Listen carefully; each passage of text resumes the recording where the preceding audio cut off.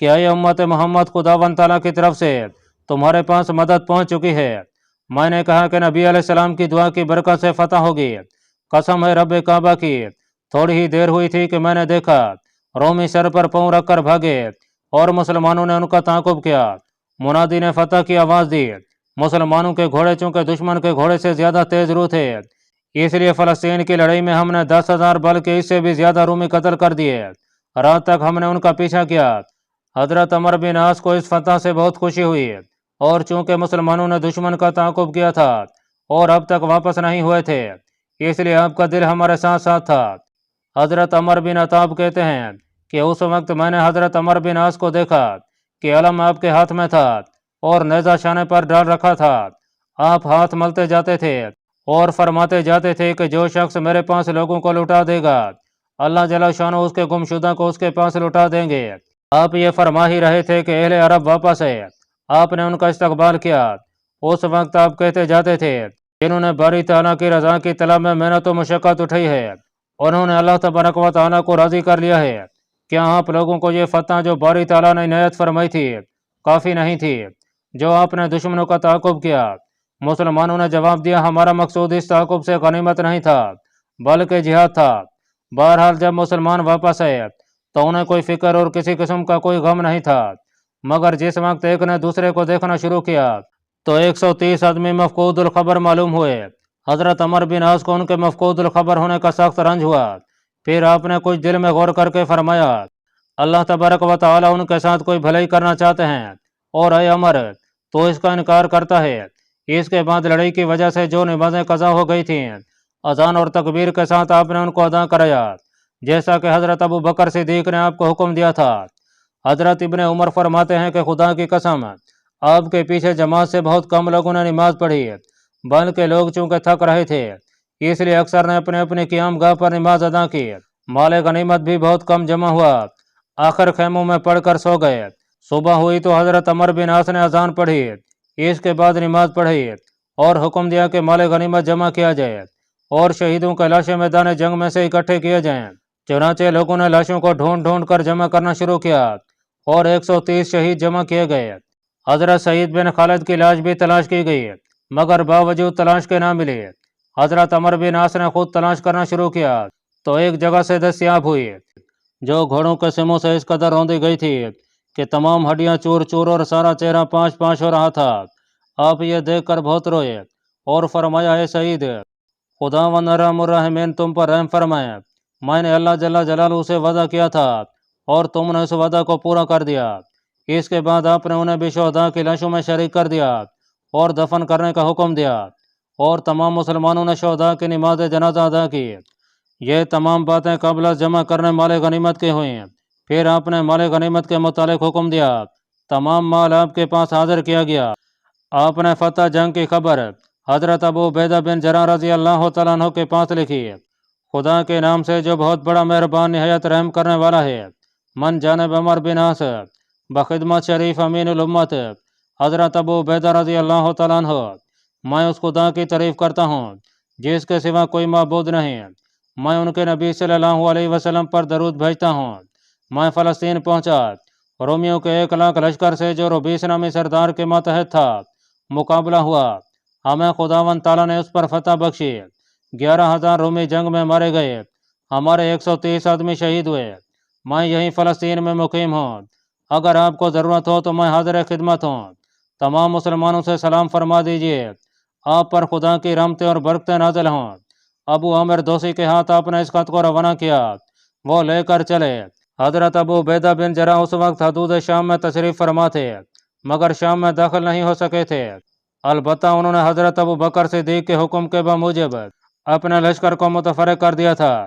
ابو عامر دوسی جس وقت آپ کی خدمت میں حاضر ہوئے تو آپ نے خط پڑھا اور فوراً سجدہ شکر ادا کیا۔ اس کے بعد ابو عامر نے کہا، واللہ اس فتح میں اچھے اچھے نیک لوگ شہید کر دیے گئے ہیں، ان میں سعید بن خالد بن سعید بھی ہیں۔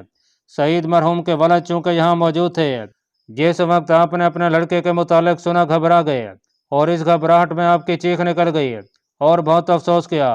آپ کا رونا دیکھ کر تمام مسلمان رو اٹھے۔ حضرت خالد یعنی والد سعید مرحوم نے فوراً گھوڑا تیار کیا اور سوار ہو کر فلسطین جانے کا ارادہ کیا تاکہ اپنے بیٹے سعید کی قبر کی زیارت کریں۔ حضرت ابو عبیدہ نے حضرت عمر بن عاص کے نام خط کا جواب لکھا: خدا کے نام سے جو بہت بڑا مہربان نہایت رحم والا ہے، چونکہ تم محکوم ہو، اگر تمہیں حضرت ابو بکر صدیق نے ہمارے ساتھ رہنے کا حکم دیا تھا تو یہاں آ جاؤ، اور اگر وہیں رہنے کا حکم فرمایا تھا تو وہیں رہو۔ تمام مسلمانوں کو سلام کہہ دینا۔ والسلام علیکم ورحمۃ اللہ وبرکاتہ۔ آپ نے یہ خط لفافہ میں بند کر کے حضرت خالد بن سعید کو دیا۔ خالد ابو عامر دوسی کے ساتھ حضرت عمر بن عاص کے لشکر میں آئے۔ حضرت خالد نے حضرت عمر بن عاص کو سلام عرض کر کے روتے روتے وہ خط دیا۔ حضرت عمر بن عاص ان کی طرف بڑھے اور ان سے مصافحہ کیا، عزت سے بٹھلایا، ان کے لڑکے کی تعزیت کی، صبر دلایا۔ اس کے بعد خالد بن سعید نے لوگوں سے دریافت کیا کہ آیا تم نے دیکھا تھا کہ سعید نے اپنے نیزے اور تلوار کو کفار کے خون سے سرخ کیا تھا؟ لوگوں نے جواب دیا، ہاں، سعید بڑی بہادری سے لڑے اور خوب جہاد کیا، انہوں نے کسی طرح کی کمی نہیں اٹھا رکھی تھی۔ پھر آپ نے ان کی قبر دریافت کی، پھر قبر کے پاس کھڑے ہو کر کہا کہ اے بیٹا، خداوند تعالیٰ تمہارے متعلق مجھے صبر عنایت کریں اور مجھے تم سے ملا دیں۔ انا للہ و انا الیہ راجعون۔ واللہ اگر مجھے خداوند تعالیٰ نے طاقت و ہمت بخشی تو میں تمہارا بدلہ ضرور لوں گا۔ مجھے باری تعالیٰ سے امید ہے کہ وہ تمہیں اجر و ثواب عنایت کریں گے۔ پھر آپ نے حضرت عمر بن عاص سے عرض کیا کہ میں چاہتا ہوں کہ میں سریہ کے طور پر کافروں کی تلاش میں نکلوں، شاید کچھ مال غنیمت ہاتھ آئے یا دشمن کے کچھ سپاہی مل جائیں جن کو میں قتل کر کے بدلہ لے لوں۔ حضرت عمر بن عاص نے فرمایا کہ ماں جائے بھائی، لڑائی تو سر پر موجود ہے، جس وقت اپنا اتفاق ہوا کہ دشمن سامنے آ جائے تو خوب دل کھول کر لڑنا اور دشمن کے کسی فرد کو نہ چھوڑنا۔ خالد نے کہا کہ میں قسمیہ عرض کرتا ہوں کہ میرے ساتھ کوئی ہو یا نہ ہو مگر میں ضرور جاؤں گا۔ یہ کہہ کر آپ نے اپنا سامان حرب درست کیا اور ارادہ کیا کہ تنہا چل دیں، مگر قوم حمیر کے 300 جوان گھوڑوں پر سوار ہو کر حضرت عمر بن عاص رضی اللہ تعالیٰ عنہ کے پاس حاضر ہوئے اور کہا کہ آپ حضرت خالد کے ہمراہ میں جانے کی اجازت مرمت فرما دیں۔ آپ نے اجازت دے دی۔ یہ تمام حضرات اسی روز چل کھڑے ہوئے۔ ایک میدان میں پہنچ کر انہوں نے ارادہ کیا کہ یہاں پڑاؤ کر کے گھوڑوں کو چرنے کے واسطے چھوڑ دیا جائے اور پھر راتوں رات چلیں تو بہتر ہے۔ اچانک حضرت خالد کی نگاہ ایک بلند پہاڑی کے اوپر چند عمر رسیدہ لوگوں پر پڑی۔ آپ نے اپنے ساتھیوں سے فرمایا، میں نے چند عمر رسیدہ لوگوں کو اس اونچی پہاڑی کے درہ میں دیکھا ہے، میرا گمان ہے کہ وہ دشمن کے جاسوس ہیں، ایسا نہ ہو کہ حریف ہمارے اوپر آ گرے۔ مسلمانوں نے جواب دیا کہ یہ لوگ پہاڑی کی چوٹی پر ہیں اور ہم کھلے میدان میں، ہم ان کے پاس کس طرح پہنچ سکتے ہیں؟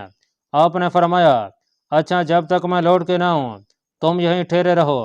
یہ کہہ کر آپ گھوڑے سے اترے، تہ بند باندھا، تلوار حمائل کی، کندھے پر ڈالی اور فرمایا، یہ سمجھ لو کہ انہوں نے ابھی تک ہمیں نہیں دیکھا، اگر دیکھ لیتے تو یہاں نہ ٹھہرتے۔ جو شخص اپنی جان خدا کے راستہ میں صرف کرنا چاہتا ہے اسے چاہیے کہ جس طرح میں کروں وہ بھی اسی طرح کرے۔ یہ سن کر 10 آدمی آپ کے ساتھ ہوئے اور اسی طرح تیار ہو کر پہاڑی کی طرف چل دیے۔ وہ لوگ اپنی جگہ بھی موجود تھے کہ یہ پہنچ گئے۔ ان کے پاس پہنچ کر حضرت خالد نے بلند آواز سے فرمایا، ان لوگوں کو پکڑ لو، خداوند تعالیٰ تمہاری ہمتوں میں برکت دیں۔ مسلمان جھپٹے اور 2 شخصوں کو قتل اور 4 کو گرفتار کر لیا۔ حضرت خالد نے ان کے متعلق سوال کیا۔ انہوں نے جواب دیا کہ ہم دیر الفقیع اور جامعہ اور کفر العزیزہ کے رہنے والے ہیں۔ عرب جس وقت سے ہمارے ملک پر چڑھ کے آئے ہیں ہم سخت مصیبت میں مبتلا ہیں، اکثر آدمی بھاگ کر قلعوں میں پناہ گزین ہو گئے ہیں۔ ہم امن لینے کے لیے یہاں گئے تھے کیونکہ یہ پہاڑی بھی بہت زیادہ محفوظ ہے۔ اس کی چوٹی پر اس غر سے چڑھے تھے تاکہ کچھ حالات معلوم ہوں، مگر آپ لوگوں نے ہمیں گرفتار کر لیا۔ حضرت خالد نے دریافت کیا، رومیوں کا لشکر کہاں تک پہنچ گیا ہے؟ انہوں نے کہا کہ ادنا دین کے مقام تک آ چکا ہے اور بادشاہ فلسطین کی طرف روانہ کیا گیا ہے تاکہ بیت المقدس کی حفاظت کرے۔ ادنا دین میں تمام لشکر میں مفرورین کے جمع ہوا ہے اور ایک سردار رسد لینے کے واسطے ہمارے یہاں آیا تھا۔ اس نے چوپاؤں اور خچروں کو بار برداری کے لیے اکٹھا کیا تھا، مگر اسے ڈر ہے کہ کہیں اہل عرب ان پر نہ آ پڑیں۔ ہمیں محض اتنی ہی خبر ہے اور اس میں بھی شک نہیں کہ انہوں نے رسد کے لیے آج ہی کوچ کیا ہے۔ حضرت خالد نے سن کر فرمایا، رب کعبہ کی قسم، وہ تو مال غنیمت ہے۔ آپ نے دعا کی کہ الہ العالمین ان لوگوں پر ہماری مدد فرمائیے۔ پھر آپ نے ان سے سوال کیا کہ وہ کون سے راستہ سے جائیں۔ انہوں نے کہا کہ اسی راستہ سے جس میں تم موجود ہو، کیونکہ یہ راستہ کشادہ ہے۔ اور رسد انہوں نے ایک ٹیلے کے قریب جس کو تل بنی سیف کہتے ہیں جمع کر رکھی ہے۔ حضرت خالد نے ان سے یہ تمام باتیں سن کر فرمایا، اچھا تم دین اسلام کے متعلق کیا کہتے ہو اور کیا اعتقاد رکھتے ہو؟ انہوں نے جواب دیا کہ ہم تو دین صلیب سے واقف ہیں اور بس ہم زراعت پیشہ لوگ ہیں، ہمارے قتل کرنے میں آپ کو کوئی فائدہ نہیں پہنچ سکتا۔ حضرت خالد نے چاہا کہ ان کو چھوڑ دیا جائے، مگر بعض حضرات کی رائے ہوئی کہ انہیں اس شرط پر رہائی دی جائے کہ یہ ہمیں رسد کے مقام تک پہنچا دیں۔ انہوں نے اس بات کو قبول کر لیا اور آگے چلے۔ جس وقت عین راستہ پر پہنچے تو حضرت خالد نے کسی کو بھیج کر اپنے ان تمام آدمیوں کو جنہیں میدان میں چھوڑ آئے تھے بلا لیا۔ جس وقت تمام آدمی جمع ہو گئے تو سروت کے ساتھ چلے اور وہ چاروں آدمی راستہ بتلاتے جاتے تھے۔ جس وقت رسد کے قریب پہنچے تو دیکھا کہ رومی رسد کو جانوروں پر لاد رہے ہیں اور ٹیلے کے گرد 600 سوار موجود ہیں۔ حضرت خالد نے دیکھ کر مسلمانوں سے فرمایا، یاد رکھو خداوند تعالیٰ نے دشمن پر تم سے نصرت کا وعدہ فرمایا ہے اور جہاد تم پر فرض کیا ہے۔ دشمن تمہارے سامنے موجود ہے، تم ثواب کی رغبت اور کوشش کرو۔ میں اب دشمن پر حملہ کرتا ہوں، تم بھی کرو، اپنے ساتھیوں سے تم میں کوئی آگے نہ بڑھنے پائے۔ یہ کہہ کر آپ نے حملہ کر دیا اور آپ کے ساتھ قوم حمیر بھی حملہ آور ہو گئی۔ حذیفہ بن سعید کہتے ہیں کہ جس وقت ہم نے رومیوں کو اپنے مقابلے کے واسطے آتے دیکھا تو جو کاشتکار اور غلام وغیرہ ان کے چوپایوں کے ساتھ تھے بھاگ کھڑے ہوئے اور رومی 1 گھنٹہ تک مقابلہ میں ڈٹے رہے۔ ذوالقلع حمیری نے اپنی قوم کو مخاطب کر کے کہا، اے آل حمیر، آسمانوں کے دروازے کھل گئے، جنت تمہارے واسطے راستہ ہو گئی اور انتظار کرنے لگی۔ یہ یہیں تک کہنے پائے تھے کہ حضرت خالد بن سعید رومیوں کے سردار کے پاس پہنچ گئے۔ اس کو اس کی ذرا حشمت اور سواری سے معلوم کر لیا۔ وہ اس وقت اپنی فوج کو جنگ کی ترغیب دے رہا تھا۔ آپ اس کی طرف بڑھے اور اس زور سے ڈانٹا کہ دشمن مروب ہو گیا۔ آپ نے کہا، میں نے سعید کا بدلہ لے لیا۔ یہ کہہ کر ایک زور سے نیزہ مارا جس کی وجہ سے وہ لوہے کی دیوار کی طرح گر پڑا۔ حضرت خالد کا کوئی سپاہی ایسا نہیں رہا جس نے ایک نہ ایک رومی سوار کو قتل کیا ہو۔ حذیفہ بن سعید کہتے ہیں کہ ہم نے 320 سوار قتل کیے، باقی شکست کھا کر بھاگے۔ مال و اسباب، خچر، تتاری، گھوڑے اور سامان رسد سب چھوڑ گئے۔ ہم نے خداوند تعالیٰ کے حکم سے سب پر قبضہ کیا۔ حضرت خالد نے ان کاشتکاروں سے وعدہ پورا کر کے ان کو چھوڑ دیا۔ خالد اس مال غنیمت کو لے کر حضرت عمر بن عاص کے پاس لوٹ کر آئے۔ آپ کو ان کی سلامتی اور مسلمانوں کے صحیح و سلام لوٹنے اور مال غنیمت کے ملنے سے بہت زیادہ خوشی ہوئی۔ آپ نے ایک خط حضرت ابو عبیدہ کو اس لڑائی کے متعلق اور ایک خط حضرت خلیفۃ المسلمین ابو بکر صدیق رضی اللہ تعالیٰ عنہ کی خدمت میں فتح و نصرت بلکہ رومیوں کے تمام حالات جنگ لکھ کر عامر دوسی کے ہاتھ روانہ کیے۔ جس وقت عامر دوسی حضرت صدیق کی خدمت اقدس میں پہنچے تو حضور خلیفۃ المسلمین نے وہ خط تمام مسلمانوں کو پڑھ کر سنایا۔ مسلمان بہت خوش ہوئے، فرتے خوشی سے تحلیل و تکبیر کی گونج اٹھی۔ حضرت ابو بکر صدیق اللہ نے حضرت ابو عبیدہ کے متعلق دریافت کیا۔ عامر دوسی نے جواب دیا کہ وہ ابھی تک حدود شام میں پڑاؤ کیے ہوئے ہیں، اندر ملک میں اس وجہ سے داخل نہیں ہو سکے کہ انہوں نے سنا ہے کہ بادشاہ ہرقل نے اجنادین میں بے شمار لشکر جمع کیا ہے اور مسلمان اس سے خوف زدہ ہیں کہ کہیں ہم پر دشمن غالب نہ ہو جائے۔ یہ سن کر آپ سمجھ گئے کہ ابو عبیدہ کمزور اور نازک طبیعت کے آدمی ہیں، لہٰذا ان کی جگہ حضرت خالد بن ولید المخزومی رضی اللہ تعالیٰ عنہ کو مقرر کر دینا چاہیے۔ آپ نے اس کے متعلق مسلمانوں سے مشورہ کیا، سب نے جواب دیا کہ واقعی آپ کی رائے زیادہ مناسب ہے۔ آپ نے حضرت خالد بن ولید رضی اللہ تعالیٰ عنہ کو حسب ذیل خط تحریر فرمایا۔ بسم اللہ الرحمن الرحیم۔ از طرف عبداللہ عتیق بن ابو قحافہ، بجانب خالد بن ولید، السلام علیکم۔ میں اس خدا کی تعریف کرتا ہوں جس کے سوا کوئی معبود نہیں، اور ان کے نبی صلی اللہ علیہ وسلم پر درود بھیجتا ہوں۔ میں تمہیں مسلمانوں کے لشکر پر سپہ سالار مقرر کر کے رومیوں سے جنگ کا حکم دیتا ہوں۔ تم اللہ عز و جل کی مرضی ڈھونڈنے اور خدا کے دشمنوں کے قتل کرنے میں جلدی کرو، اور جن لوگوں نے خداوند تعالیٰ کے راستہ میں دل کھول کر جہاد کیا ہے تم بھی ان میں شامل ہو جاؤ۔ میں تمہیں ابو عبیدہ نیز اس کی فوج پر حاکم مقرر کرتا ہوں۔ والسلام علیکم۔ حضرت خالد نے حضرت ابو عبیدہ کو ان کی معزولی اور اپنے شام آنے کی اطلاع دی اور لکھا کہ حضرت ابو بکر صدیق نے مجھے افواج اسلام پر سردار مقرر فرمایا ہے۔ جب تک میں آپ کے پاس نہ پہنچ جاؤں اس وقت تک آپ اپنے جگہ سے حرکت نہ کریں۔ والسلام علیکم۔ عامر بن طفیل حضرت خالد بن ولید کا خط لے کر جناب حضرت ابو عبیدہ بن جراح رضی اللہ تعالیٰ عنہ کی خدمت میں پہنچے۔ آپ نے خط پڑھ کر فرمایا، الحمدللہ اللہ جل جلالہ اور خلیفہ رسول صلی اللہ علیہ وسلم کے فرمان کو میں سر و چشم قبول کرتا ہوں۔ پھر تمام مسلمانوں کو اپنے اپنی معزولی اور حضرت خالد بن ولید کے سپہ سالار اعظم افواج اسلام مقرر ہونے کی اطلاع دی۔